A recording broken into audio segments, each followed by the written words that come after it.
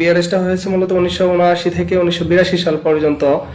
এই ক্ষেত্রে দেখা গিয়েছে যে আপনার খাস জমি 82-তে যেগুলো রেকর্ড হয়েছে, রেকর্ডে আপনার অনেক সম্পত্তি আছে যেগুলো নাকি কি হয় নাই, মানে আপনার ধরেন কাগজপত্র দিয়ে বা বিভিন্ন যে তার মালিকানা সত্ত্ব বা মালিকানা প্রমাণ, এগুলো জায়গাগুলো দেখাইতে পারে নাই।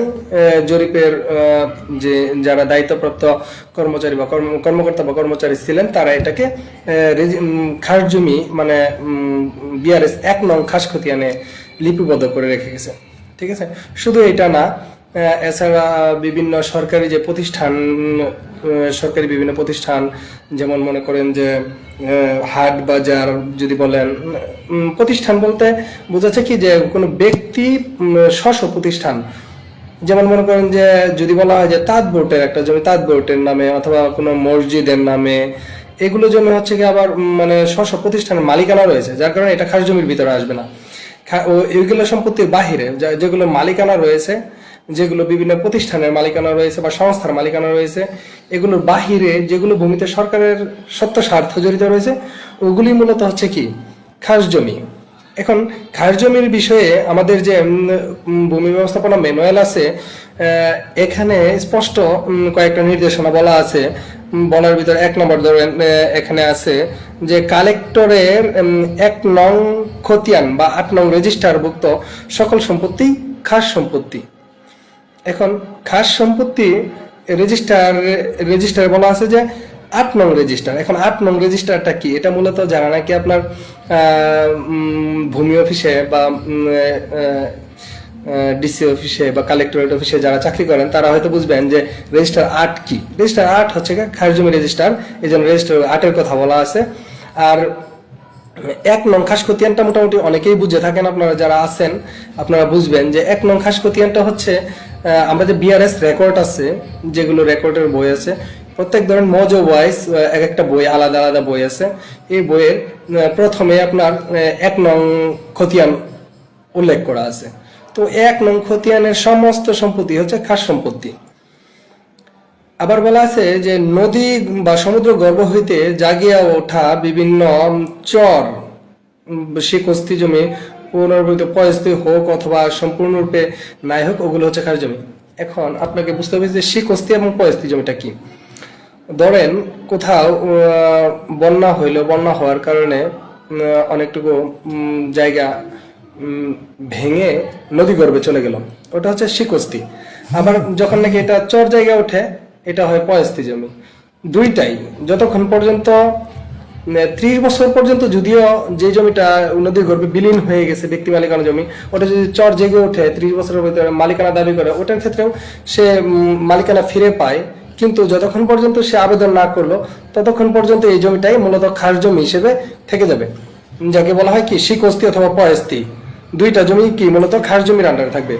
যদি না, এই বিষয়টা আসলে মূলত টোটালি ক্লিয়ার করা আছে জমিদারি অধিগ্রহণ ও প্রজাস্বত্ব আইন 86 নম্বর ধারাতে বিষয়টা টোটালি উল্লেখ আছে। যেমন আমাদের বিভিন্ন যে নদীর তীরবর্তী অঞ্চল রয়েছে, এগুলোতে বন্যার সময় বিভিন্ন দেখা যায় যে আপনার বন্যার সময় আপনার এরকম হইতে পারে যে বন্যার অধিক প্লাবনের কারণে আপনার জায়গা বা ব্যক্তির জায়গা ভেঙে নদী গর্ভে চলে গেছে, তখন এটা সে মানে দাবি করলে হবে না যে এটা তার সম্পত্তি, এটা মূলত খাস সম্পত্তি হিসেবে কি হবে, গণ্য হবে। তবে এই ক্ষেত্রে একটা বিষয় হচ্ছে যে সেই সম্পত্তিটা যদি 30 বছরের ভিতরে আবার যদি সে জায়গা ওঠে, মানে নদী গর্ভে না থাকে আর যে চর আকার জায়গা ওঠে, সে এটার জন্য মালিকানা দাবি করতে পারে। মালিকানা দাবি করলে সে ওখানে মালিকানা প্রতিষ্ঠিত করতে পারে। এখন ওই সম্পত্তি, যে সম্পত্তিটা আপনার ভেঙে নদী গর্ভে চলে গেল, এটার ভূমি উন্নয়ন কর মূলত কি হবে। যেমন আমি যদি কোনো জমির মালিক হই, আমার একটা সম্পত্তি ধরেন আপনার নদী গর্ভে চলে গেল। এখন কোশ্চেন হচ্ছে যে জমিটা তো নদী গর্ভে চলে গেছে, রেকর্ড তো আমার নামেই আছে, তো এটা তো ল্যান্ড ট্যাক্স বা ভূমি উন্নয়ন কর যেটা, এটা তো আমি দিতে বাধ্য। তাহলে আমি এই সম্পত্তি তো আমার না। বর্তমান যে আলোচনা, এই আলোচনার প্রেক্ষিতে জিনিসটা হচ্ছে যে এটা একটা সরকারি সম্পত্তি। তাহলে সরকারি সম্পত্তি থাকলে তো এটাতে আমি কিসের জন্য আমি ধরেন ভূমি উন্নয়ন কর অথবা ল্যান্ড ট্যাক্স বা যেটাকে বলে আপনারা গ্রাম্য ভাষায় খাজনা দিব কেন? ঠিক আছে। মূলত আপনি খাজনা না দেওয়ার জন্য কর্মকুফের জন্য আপনাকে নদীগর্ভে যখন চলে গেল, আপনার দায়িত্ব হচ্ছে কর্মকুফের জন্য ওটাকে আবেদন করা। ঠিক আছে, আবেদন না করলে আপনি ওটার যে ভূমি উন্নয়ন কর দায়ভার বহন করতে আপনি বাধ্য। ঠিক আছে। এখন খাস সম্পত্তি আরো আছে, যেমন Bangladesh land holding limited order 1972 এর 98 নং আদেশে এর 3 ধারা মোতাবেক পরিবার বা সংস্থার মালিকানাধীন সম্পত্তির অতিরিক্ত সম্পত্তি, যেই সম্পত্তি আপনার সিলিং বলা হয়, সম্পত্তির সিলিং। ঠিক আছে, সম্পত্তির সিলিং এর অধিক সম্পত্তিটা হচ্ছে কি খাস সম্পত্তি। ঠিক আছে, একজনের কতটুকু জমি রাখতে পারে। ঠিক আছে, যতটুকু জমি সিলিং বলা হয়েছে এখানে, সিলিং এর আওতার বাহিরে যে জমিটুকু আছে আপনার ওইটুকু হচ্ছে কি খাস সম্পত্তি। আবার বলা আছে যে সরকার কর্তৃক নিলামে কৃত সম্পত্তি হচ্ছে কি খাস সম্পত্তি। ধরেন সরকার একটা সম্পত্তি নিলাম করলো বা নিলাম মূলে সে পাইলো, ওই সম্পত্তিটা কি হয়ে যাবে, খাস সম্পত্তি হয়ে যাবে। আবার বলা আছে যে অধিগ্রহণকৃত সম্পত্তি।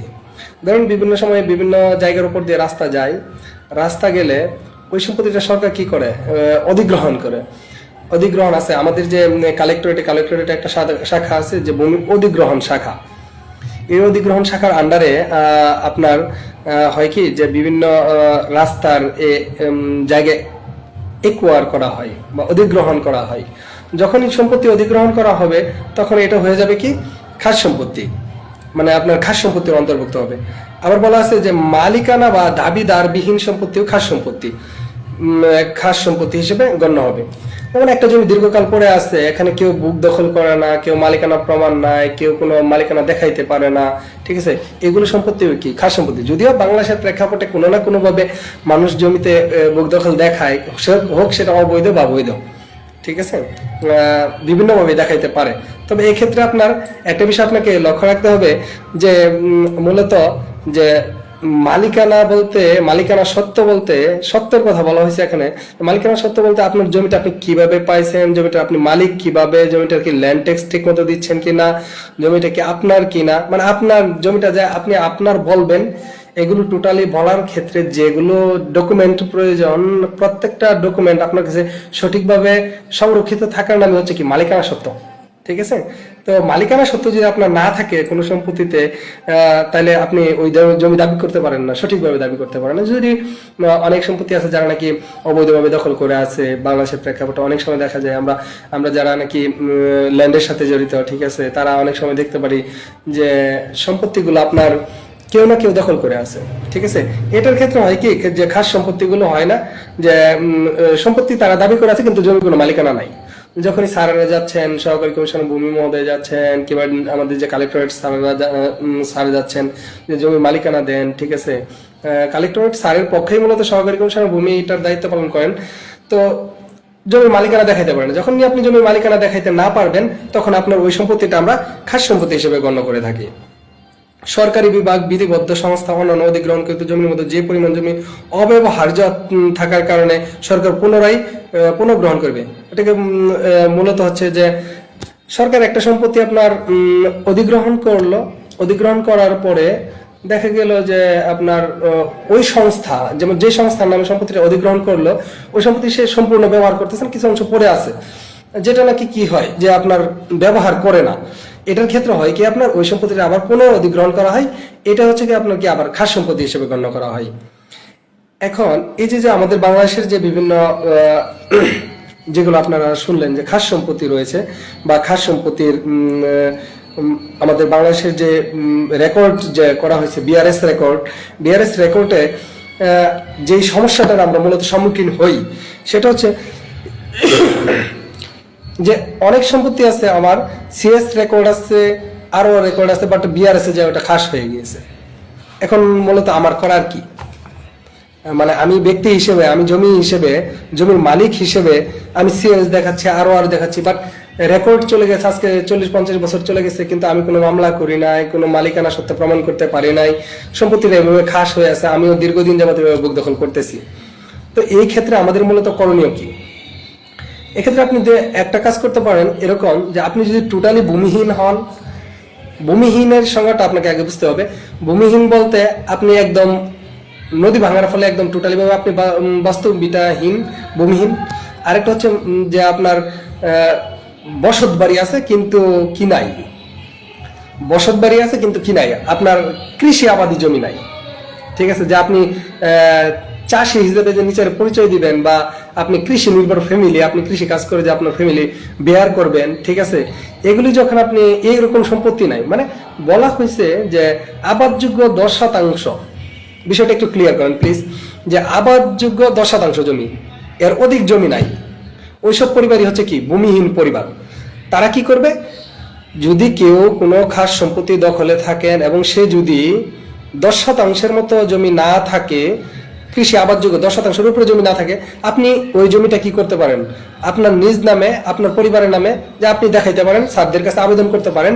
এটা একটা বন্দোবস্ত নীতিমালা 1997 আছে, কৃষি খাস জমি বন্দোবস্ত নীতিমালা 1997 অনুযায়ী আপনি একটা ফর্ম আছে, ওই ফর্মে আপনি কি করতে পারেন, আবেদন করতে পারেন যে আমার মূলত কি না, আমি মূলত ভূমিহীন পরিবার, আমার 10%-এর বেশি কি নাই, কৃষি আবাদযোগ্য জমি নাই, আমি এই জমিটা কি চাই, কালেক্টরেট মহোদয়ের কাছে বন্দোবস্ত চাচ্ছি। ঠিক আছে, এভাবে আপনি জমিটাকে কি করতে পারেন, আপনার বন্দোবস্ত নিতে পারেন একভাবে। আর দ্বিতীয় কথা, আপনার যদি সিএস এবং কি আরওআর রেকর্ড যদি থাকে, মানে এই দুইটা রেকর্ড যদি আপনার থাকে, এবং কি আপনি যদি কোর্টকে প্রমাণ করতে পারেন মামলা করে যে আমি জমির প্রকৃতপক্ষে মালিক, আপনি কি করবেন, দুতরফা সূত্রে আপনি কি করতে পারেন, একটা নিতে পারেন যে দুতরফা সূত্রে আপনি একটা রায় পাইলেন কোর্টের কাছ থেকে যে না, জমির মালিকানা আপনার। ওই ক্ষেত্রে আপনি কোর্টের রায়ের প্রেক্ষিতে আপনাকে কি করতে হবে, কালেক্টরেট মহোদয়ের অফিসে একটা শাখা আছে, রেভিনিউ মুন্সিখানা শাখা। হ্যাঁ, রায় নিয়ে আপনি রেভিনিউ মুন্সিখানাতে শাখাতে আসবেন। অনেকে আছে যে রায় নিয়ে দীর্ঘদিন যাবত বসে থাকেন, কিন্তু মানে কি আসেন না, মানে কালেক্টরেট স্যারের অফিসে আসেন না, যার কারণে আপনি ওই রায় নিয়েই বসে আছেন, আপনার না হোল্ডিং খুলতেছেন আপনি, আপনার কথায় একটা যে আপনি এই রায় আছে, আপনার কোর্টের রায় আছে। না, কোর্টের রায় মূল বিষয় না এখানে, মূলত কোর্টের রায় নিয়ে আপনাকে কি করতে হবে, কালেক্টরেট স্যারের অফিসে আসতে হবে, আয়সা বলতে হবে যে আমি কোর্টের রায় আছে, এখন আমি জমিটা আমার নামে আলাদা খতিয়ান খুলতে চাই, মানে খাস খতিয়ান থেকে কেটে এটা আমি আমার নামে কি করতে চাই, খতিয়ানভুক্ত করতে চাই। তো খতিয়ানভুক্ত করার জন্য আপনার কি করতে হবে, খতিয়ানভুক্ত করার জন্য আপনাকে আবেদন করতে হবে। ঠিক আছে, খতিয়ান খোলার জন্য আবেদন করতে হবে। তারপর কালেক্টরেট মহোদয় অ্যাজ ইউজুয়াল প্রসিডিউর যেগুলো আছে, এই প্রসিডিউর অনুযায়ী আপনাকে কি করবে, সেটা যদি মনে হয় যে আপিলের জন্য যাওয়া দরকার, মানে কালেক্টরেট মহোদয় আপনার বিপক্ষে ফাইট করবেন, তাহলে আপনার কি করতে পারে, কালেক্টরেট মহোদয় ওটাকে আপিলে পাঠাইতে পারে।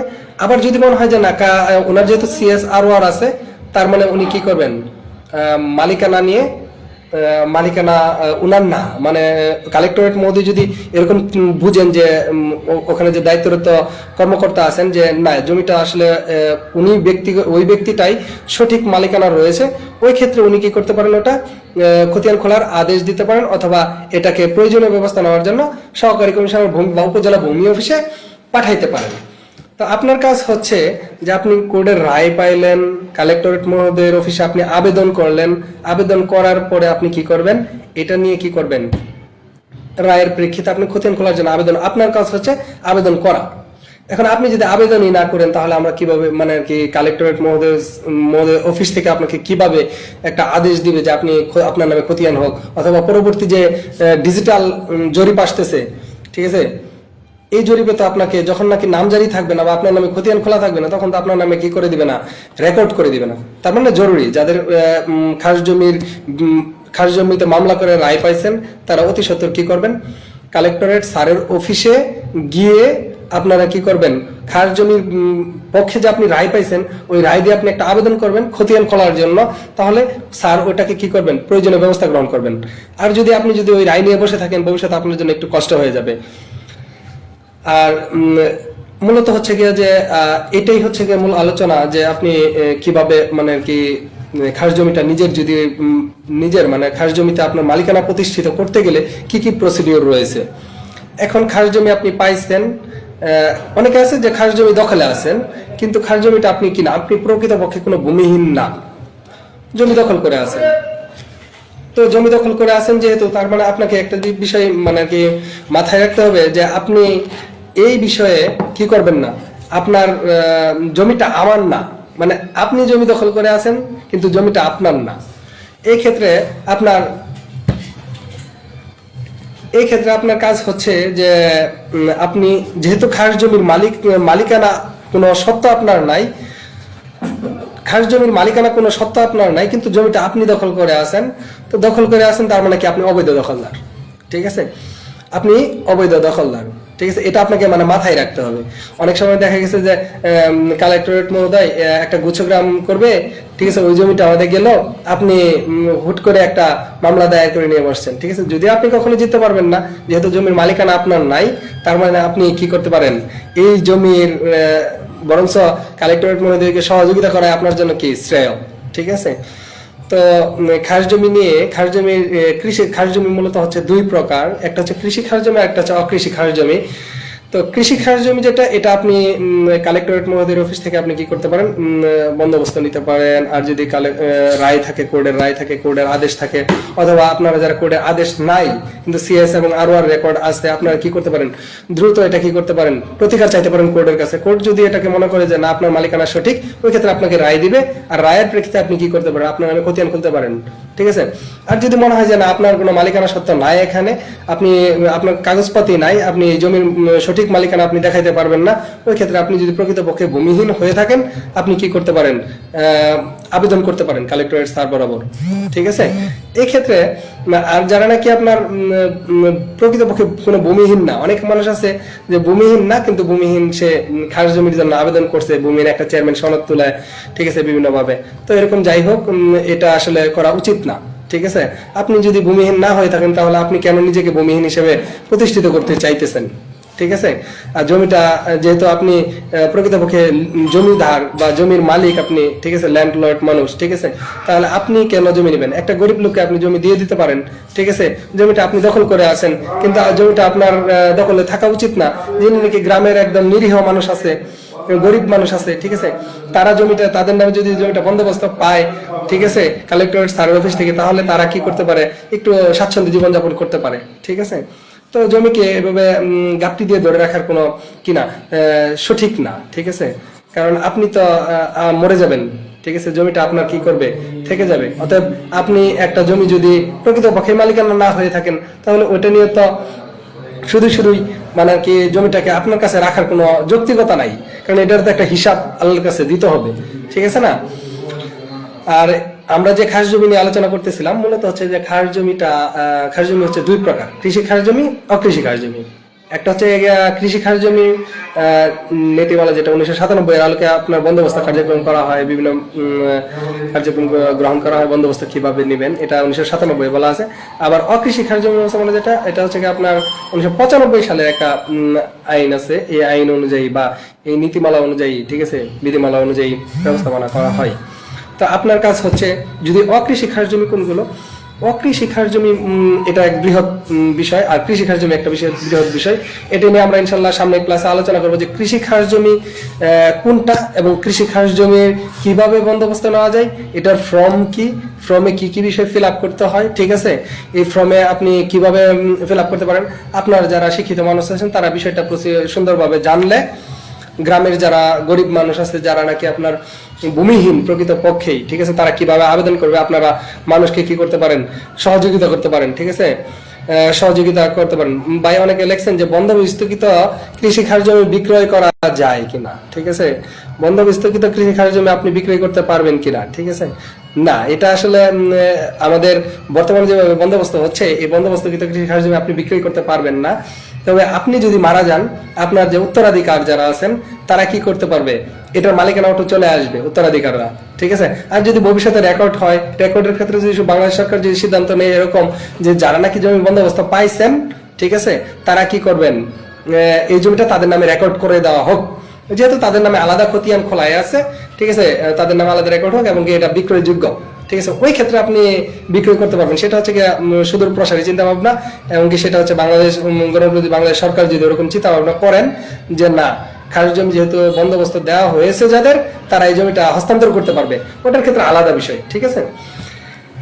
তো আজকে একটু ফার্স্ট বিষয় নিয়ে আলোচনা করতেছিলাম, তো অনেক ভুলভ্রান্তি হইতে পারে, মূলত আসলে ভুলভ্রান্তির বিষয়টা আমি মাথায় নিয়ে নাই, ঠিক আছে, টুকটাক ভুল হইতেই পারে, তো আমরা যেগুলো কাজ করে থাকি প্রতিনিয়তই ভুল হইতে পারে। আমি মূলত উদ্দেশ্য হচ্ছে যে আপনাদেরকে অনেক মানুষ জমি সম্পর্কে একদমই খুব নাজেহাল অবস্থা, মানুষ জমি সম্পর্কে একদমই জানে না। জমি আসলে তার যে জমিটা কি, জমির কাগজপাতি কোনটা দলিল, কোনটা পর্চা, ঠিক আছে, মানে খতিয়ান যেটা, এগুলো অনেকে আছে চিনে না। প্রতিনিয়ত মানুষের সাথে কথা হয়, মানুষের বিভিন্ন সমস্যা নিয়ে আলোচনা করা হয়, ঠিক আছে। এগুলো নিয়ে আলোচনার প্রেক্ষিতে মানে একটা চিন্তা ভাবনা হলো যে মানুষকে জমি সম্পর্কে জানানো প্রয়োজন। তারই পরিপ্রেক্ষিতে মূলত এই একটা কার্যক্রম নেওয়া যায়। আর আমার একটা পেজ আছে যে আমার ভূমি আমি জানবো, ভূমি বিডি আর কি, ভূমি বিডি, ওই পেজে মূলত এটা করার কথা ছিল। কিন্তু দুঃখজনক হইলেও সত্য যে আমি কখনো এগুলোতে অভ্যস্ত না। ফার্স্ট বিষয়গুলো নিয়ে আলোচনা করতেছি, টুকটাক ভুল হইলে কথাবার্তা স্পিল্ড অনেক সময় হয় যে মুখ ফসকে অনেক ভুল হয়ে যায়, ঠিক আছে। ওটার ক্ষেত্রে ইনশাল্লাহ সব ঠিক হয়ে যাবে গা আস্তে আস্তে। আর আপনাদের সহযোগিতা চাই। আর বিভিন্ন বিষয়ে যদি আপনাদের কোনো কিছু জানার ইচ্ছা থাকে তাহলে আপনারা কি করতে পারেন, নক দিতে পারেন, ঠিক আছে। নক দিয়ে রাখেন, নক দিয়ে রাখলে ইনশাল্লাহ যদি সময় সুযোগ হয় তাহলে ইনশাল্লাহ আনসার করব, ঠিক আছে। আগামীকাল ইনশাল্লাহ আমরা কৃষি খাস জমি কিভাবে বন্দোবস্ত নিতে হয় এটা নিয়ে আলোচনা করবো রাত 10টা 30 মিনিটে ইনশাল্লাহ। থ্যাংক ইউ, আসসালামু আলাইকুম।